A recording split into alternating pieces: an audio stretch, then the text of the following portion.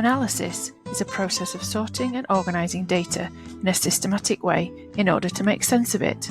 The nature of the data, not the method, will prescribe the process of analysis.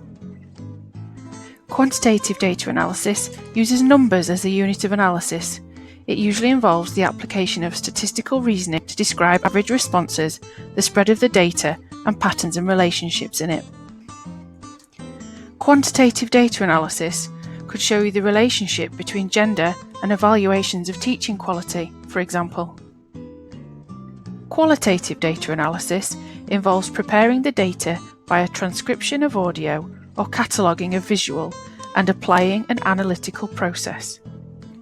This usually involves the coding of component parts and collating of similar codes into larger themes to provide an interpretation of the data. Secondary data analysis involves the analysis of data which already exists and we call secondary sources, rather than data which is generated by the researcher.